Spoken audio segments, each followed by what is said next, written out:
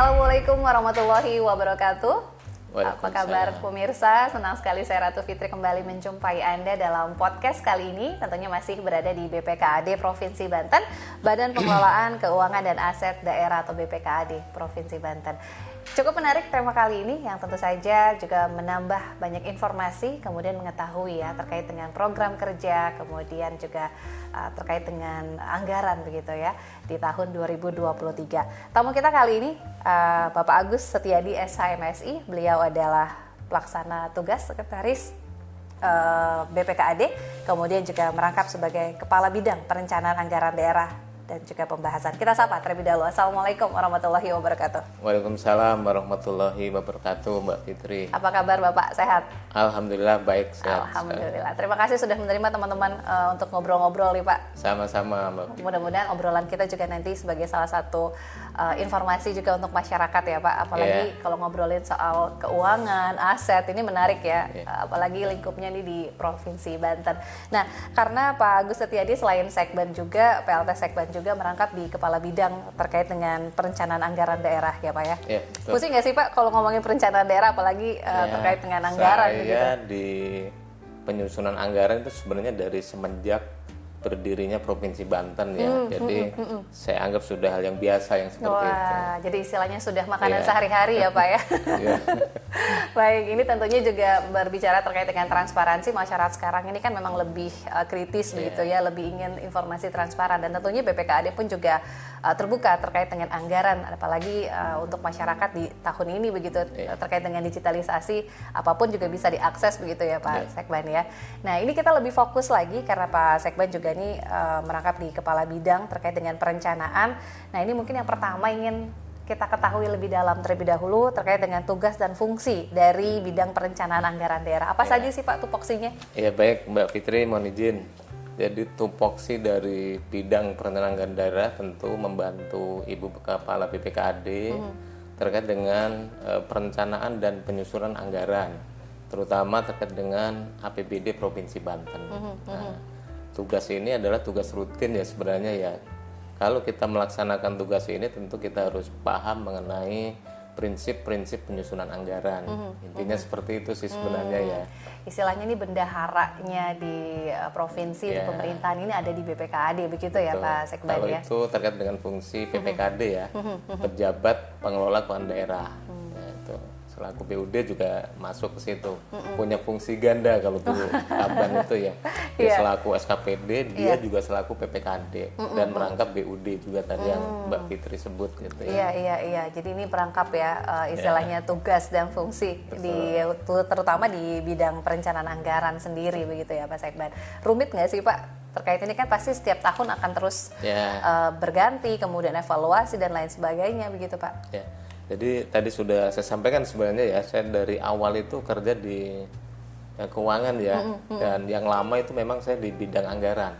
Dulu saya pertama pada saat Provinsi Banten berdiri itu saya di Biro Keuangan dan ditugaskan juga sebagai di bidang anggaran ya, dari staf di situ dulu sampai dengan sekarang menjadi eselon 3 dan tetap di anggaran. Meskipun kadang dulu bergabung ya, bidang perbendaharaan dan anggaran, itu saya dulu di situ sempat mengalami masuk ke bidang perbendaharaan. Jadi nggak jauh-jauh dari hitung-hitungan ya Pak Sekban. Jadi hitung-hitungannya udah sehari-harinya udah makanan sehari-hari. Jadi nggak kaget ya dimasukkan di bidang perencanaan anggaran daerah. Nah, tadi sudah sedikit membahas terkait dengan tugas fungsi. Kalau di bidang perencanaan daerah ada dibagi seksinya berapa banyak nih Pak? Sekarang itu sebenarnya ada 3 seksi ya. Pertama seksi perencanaan anggaran, itu oleh Pak Ahmed Rasudin, terus masuk ke subit atau seksi ya, sebenarnya subit sebutannya kalau di situ ya, kan subit di pelaksanaan anggaran itu Pak Bodang dan Bina Keuangan Daerah. Nah sekarang udah berganti itu sebenarnya menjadi fungsional untuk yang bina karena ada daerah, perubahan penyesuaian tadi ya. menjadi analis keuangan pusat dan daerah. Jadi dibantu oleh 3 seksi ya kalau hitungan. Sekarang menjadi 2 sebenarnya. Jadi 2 ya, karena sudah ada fungsional. Yang Namun tidak mengurangi kegiatan, kemudian juga efektivitas untuk pekerjaan begitu ya.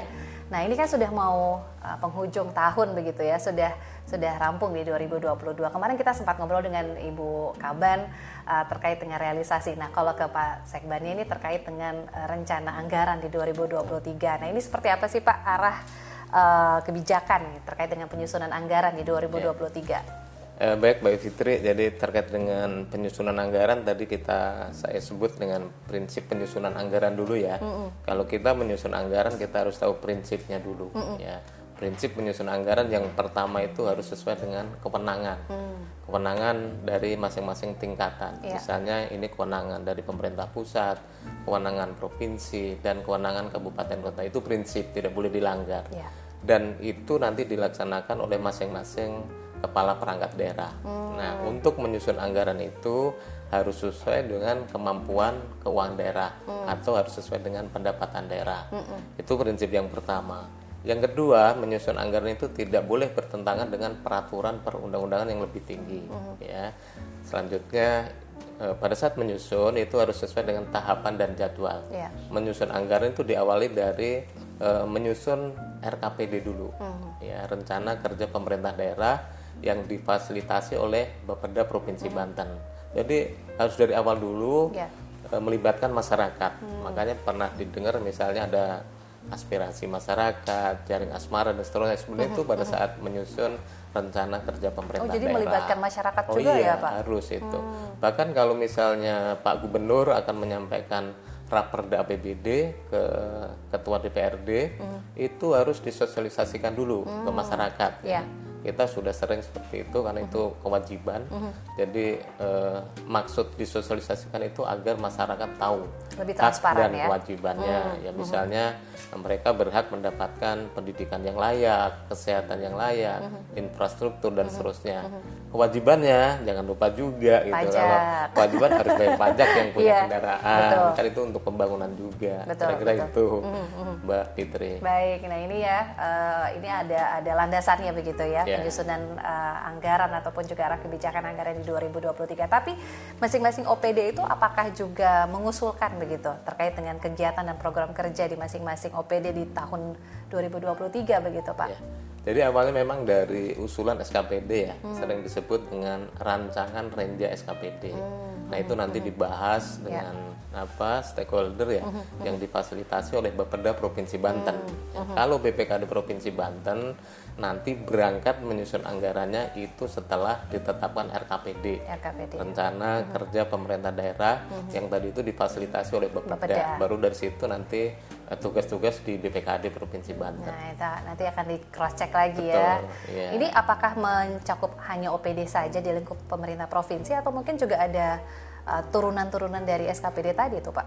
Ya intinya kan sebenarnya dari SKPD masing-masing ya. Nanti usulan-usulan ditampung, dilakukan verifikasi, dibahas dengan stakeholder dan seterusnya.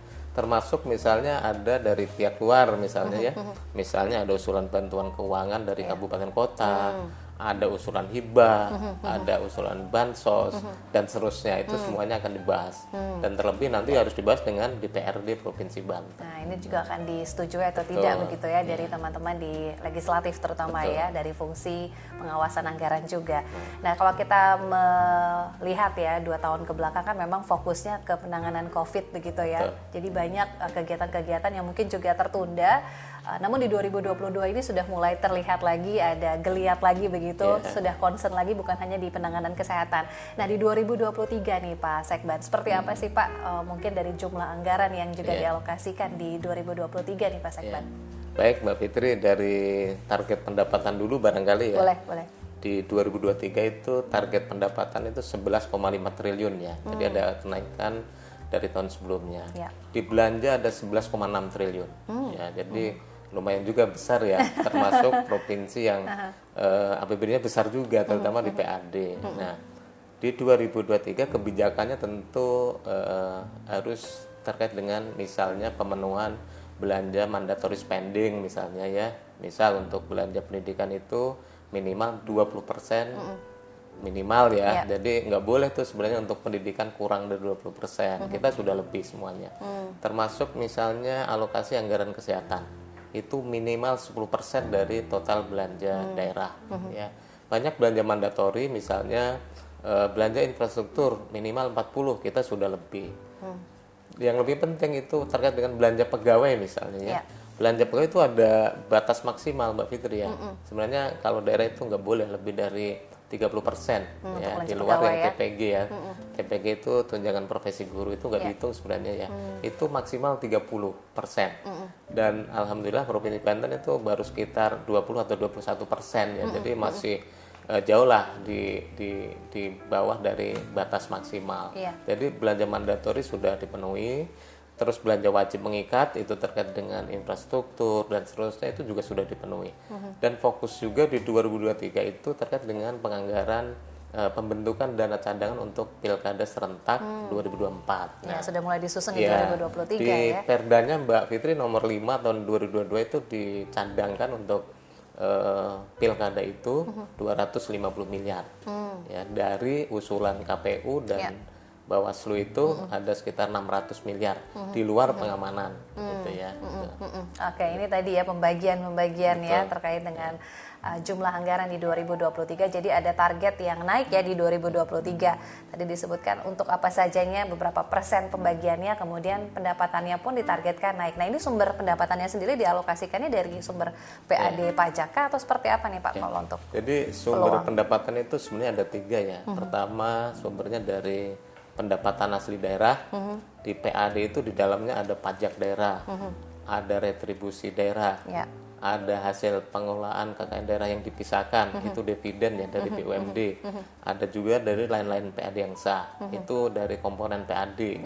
Terus yang kedua dari pendapatan transfer, ya pendapatan transfer dan lain-lain pendapatan daerah yang sah. Tapi yang terbesar adalah dari pajak daerah, itu komponen dari pendapatan asli daerah. Jadi sebenarnya kalau dihitung dari kemandirian daerah itu Provinsi Banten termasuk yang sudah tinggi ya. Oh, alhamdulillah ya. Jadi masyarakatnya pun juga punya peran aktif yang cukup tinggi begitu ya.